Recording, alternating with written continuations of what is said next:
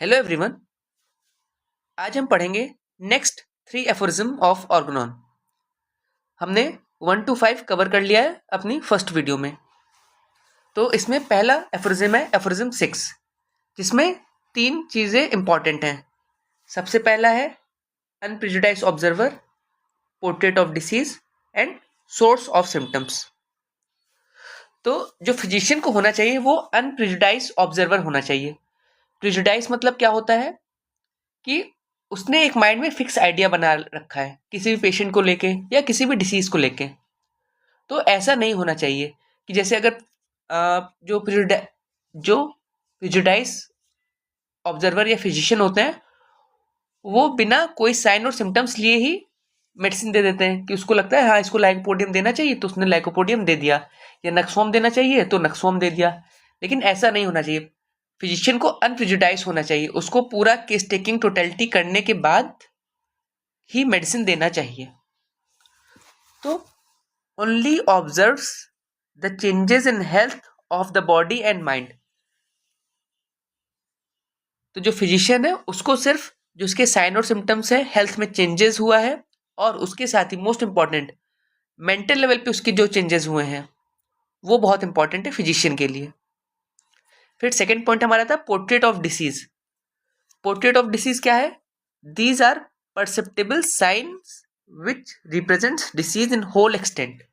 मतलब पेशेंट के ओवरऑल जितने भी साइन एंड सिम्टम्स हैं उसको बोलते हैं पोर्ट्रेट ऑफ डिसीज। और ये साइन और सिम्टम्स पेशेंट कलेक्ट कैसे फिजिशियन कलेक्ट कैसे करेगा पेशेंट से? एक तो वो पेशेंट से खुद पूछेगा कि उसकी कंप्लेंट्स क्या हैं, फिर उसके जो अटेंडेंट्स आएंगे उनसे कुछ सिम्टम्स कलेक्ट करेगा, क्योंकि माइंड सिम्टम्स तो जो पेशेंट होता है वो सब एग्जैक्टली और पूरा सच सच नहीं बताते हैं। जैसे एंगर हो गया, इरिटेबिलिटी हो गया, तो ये सारे पेशेंट सच नहीं बताएंगे। तो ये सब सिम्टम्स उनके अटेंडेंट से कलेक्ट करना पड़ेगा। और फिर तीसरा, the observe by physician himself. मतलब फिजिशियन खुद से जो उसका बिहेवियर ऑब्जर्व करता है उसके बेसिस पे पूरा पोर्ट्रेट ऑफ डिसीज बनेगा।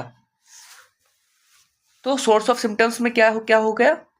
एक तो पेशेंट हिमसेल्फ, एक हो गया अटेंडेंट्स ऑफ पेशेंट, और तीसरा हो गया फिजिशियन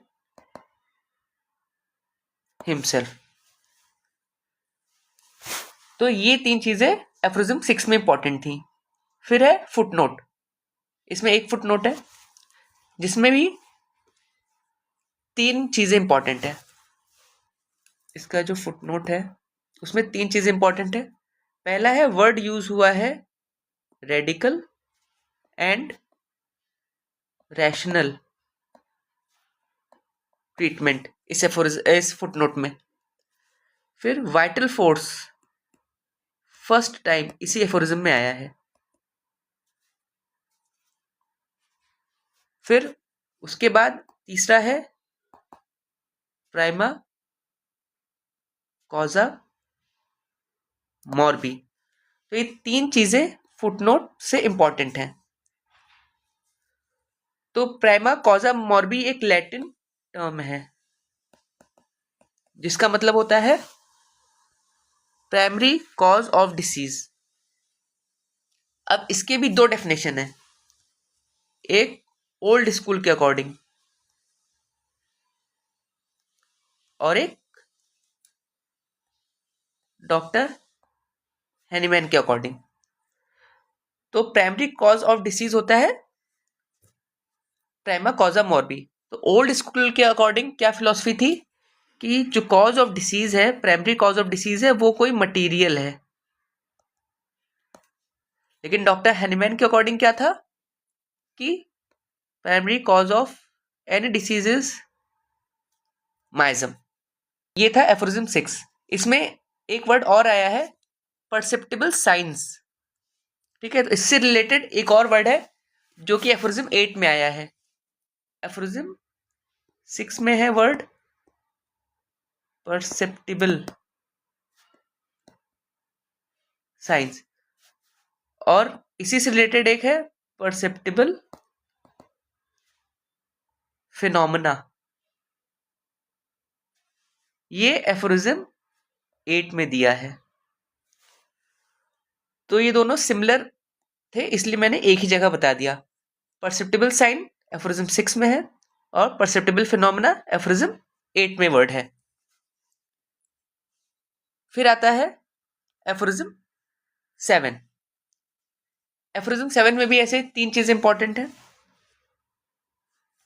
पहला है टोटलिटी ऑफ सिम्टम, सेकेंड है कॉजा ऑक्सीजनलिस और फिर उसका फुटनोट। अच्छा, टोटलिटी ऑफ सिम्टम क्या है? तो ये हो गया अब आपका एफोरिज्म 7, टोटलिटी ऑफ सिम्टम, कॉजा ऑक्सीजनलिस, और जो वर्ड आया था जो हमने एफोरिज्म 5 में पढ़ा था, एक्सेसरी सिम्टम्स, तो इसके बारे में डिटेल में हमने पढ़ा था एफोरिज्म 5 में, लेकिन जो ये वर्ड है ये दिया है एफोरिज्म 8 में। ठीक है, अब हम देखते हैं टोटलिटी ऑफ सिम्टम क्या है। Outwardly reflected picture of internal essence of disease, that is affection of vital force, it is the only thing that determines choice of remedy. मतलब फिजिशियन को जो चॉइस ऑफ रेमेडी या selection of medicine करता है वो इन्हीं totality of symptoms के basis पे करता है। और टोटलिटी क्या होता है? ये टोटलिटी होता है जो पर्सन का इंटरनल वाइटल फोर्स डीअरेंज होता है, उसके रिजल्ट में जो आउटवर्ड फिजिकली साइन और सिम्टम्स या मेंटली साइन और सिम्टम्स मिलते हैं वो होता है टोटलिटी ऑफ सिम्टम। ठीक है, फिर नेक्स्ट है कॉजा ऑक्सीजनलिस। इसका ये लैटिन वर्ड है, इसका मतलब है मैनिफेस्ट एक्साइटिंग और मेंटेनिंग कॉज। तो कॉजा ऑक्सीजनलिस मतलब होता है कोई भी मेंटेनिंग कॉज। उसके बाद है disease we perceive only the symptoms where regard should be paid on the possibility of miasm and attention paid to the accessory circumstances. हम डिसीज में मोस्टली सिर्फ साइन और सिम्टम्स देखते हैं, पर हमें और ज्यादा इंपॉर्टेंस माइजम और एक्सेसरी सर्कमस्टेंसेज को देना चाहिए। फिर मैंने ये बता दिया कि एक्सेसरी सिम्टम्स जो है या सर्कमस्टेंसेज जो है वो मेंशन है एफोरिज्म 8 में, लेकिन जो उसके डिटेल है वो दिया है एफोरिज्म 5 में जो हम पढ़ चुके हैं। फिर आता है फुटनोट 1। इसके फुटनोट 1 में इनडिस्पोजिशन के बारे में दिया है। उसके डिटेल में तो नहीं, लेकिन सिर्फ उसके 8 एग्जाम्पल्स मेंशन्ड है। ठीक, अब इनडिस्पोजिशन होता क्या है? रिमूविंग कॉजा ऑक्सीजनलिस रिमूव द इंडिस्पोजिशन, मतलब मेंटेनिंग कॉज हटाने की बात हो रही है। फॉर एग्जाम्पल, अब इसमें 8 एग्जाम्पल्स हैं। पहला है remove the patient from strong flower smelling room which have tendency to syncope and hysterical suffering by it. जैसे अगर कोई पेशेंट एक रूम में रह रहा है जिसमें बहुत ज्यादा स्ट्रॉन्ग स्मेलिंग फ्लावर है, तो वो उसकी वजह से सिंकोप या हिस्टेरिकल अटैक्स में जा सकता है। इसलिए उस पेशेंट को ट्रीटमेंट की ज़रूरत नहीं है। यहाँ पे उस पेशेंट को ज़रूरत है कि जो उसके रूम में कॉज है, जो कि एक स्ट्रॉन्ग स्मेलिंग फ्लावर है, उसको रूम से हटा देना चाहिए, तो पेशेंट ऑटोमेटिकली ठीक हो जाएगा। फिर नेक्स्ट एग्जाम्पल है extract the foreign body from cornea which causes inflammation of eyes. अगर आंख में कुछ चला गया है तो सबसे पहले हमें उसका फॉरेन बॉडी निकालना चाहिए, क्योंकि सिर्फ मेडिसिन देने से तो नहीं होगा ना। तो उसका फॉरेन बॉडी निकाल देंगे तो जो इन्फ्लेमेशन है वो कम हो जाएगा। फिर थर्ड एग्जाम्पल है लूजन ओवर टाइट बैंडेज, जो कि फर्दर मॉडिफिकेशन कॉज कर सकता है, इसीलिए ओवर टाइट बैंडेज को लूज कर देना चाहिए।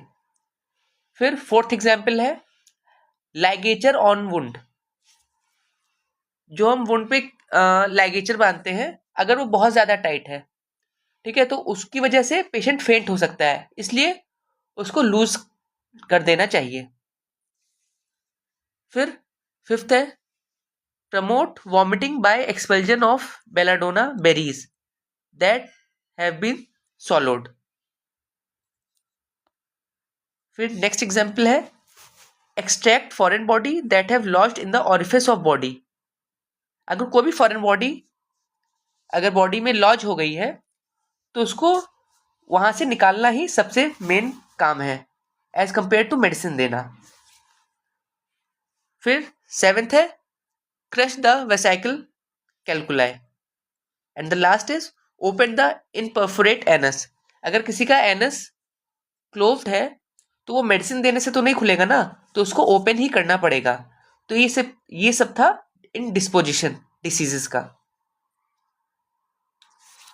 फिर आता है फुटनोट 2. फुटनोट 2 में एंटीपैथी के बारे में बताया गया है.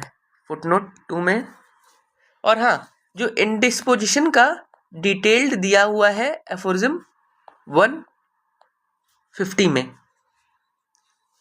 यहाँ पे सिर्फ एग्जाम्पल्स दिए गए हैं. फिर आता है फुटनोट 2 जिसमें एंटीपैथी के बारे में है, बट वर्ड एंटीपैथी मेंशन नहीं है. जो वर्ड है वो मेंशन नहीं है, लेकिन उसके सिनोनिम्स मेंशन्ड है. सिनोनिम में क्या क्या आता है? Enantiopathy, symptomatic and palliative. Only a single symptom is treated by antagonistic remedy after initial slight alleviation of symptoms become worse than before.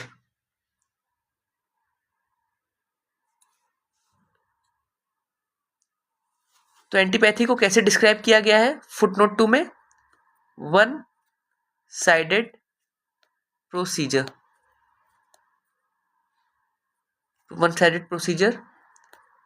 Symptomatic treatment and single symptom. और main है antagonistic remedy. इन सब के through antipathy को mention किया गया है. और एनेंशियोपैथी और पैलिएटिव, उसमें एक इंपॉर्टेंट लाइन है, a single one of the symptom present is no more than the disease itself, than a single foot in man himself. मतलब सिंगल सिम्टम को, किसी भी डिसीज के सिंगल सिम्टम को मैन के 1 फुट से, सिंगल फुट से कंपेयर किया गया है. तो ये मेन इंपॉर्टेंट लाइन थी फुटनोट 2 की. और ये हमारा कंप्लीट हो गया एफोरिज्म 7. एफोरिज्म 8, इसमें रिस्टोरेशन ऑफ हेल्थ किसे बोलते हैं वो बताया गया है. Disease is eradicated by removal of all sign and symptoms. अगर हम सारे साइन एंड सिम्टम्स रिमूव कर देंगे, पेशेंट मेंटल लेवल पे अच्छा फील करेगा, तो उसको हम बोलेंगे रिस्टोरेशन ऑफ हेल्थ. और इसमें हमने पढ़ा था जो टर्म था परसेप्टेबल फिनोमेना, वो मेंशन था एफोरिज्म 8 में. और जो परसेप्टेबल सिम्टम और साइन थे वो हमने किस में पढ़ा है? एफोरिज्म 6 में. फिर अब इसका फुटनोट इंपॉर्टेंट है. इसमें एक फुटनोट दिया हुआ है. फुट में एक ह्यूफलेंड थे उस टाइम पे, जो हनीमैन को बहुत ज़्यादा और होम्योपैथी को बहुत ज़्यादा क्रिटिसाइज किए. तो उनका एक स्टेटमेंट है, homeopathy can remove symptoms but the disease remains. लेकिन ऊपर हनीमैन ने क्या कहा है? अगर हम सारे साइन और सिम्टम्स हटा देंगे तो पेशेंट का रिस्टोरेशन ऑफ हेल्थ हो जाएगा. उसने ये कमेंट्स 2 रीजन से किए हैं होम्योपैथी पे. पहला रीजन है his jealousy at the progress of homoeopathy to the benefit of mankind. मतलब उस टाइम पे जो लोग एलोपैथी एंटीपैथी ट्रीटमेंट करते थे वो बहुत हार्मफुल होता था, मतलब पेशेंट को बहुत ज़्यादा दर्द होता था.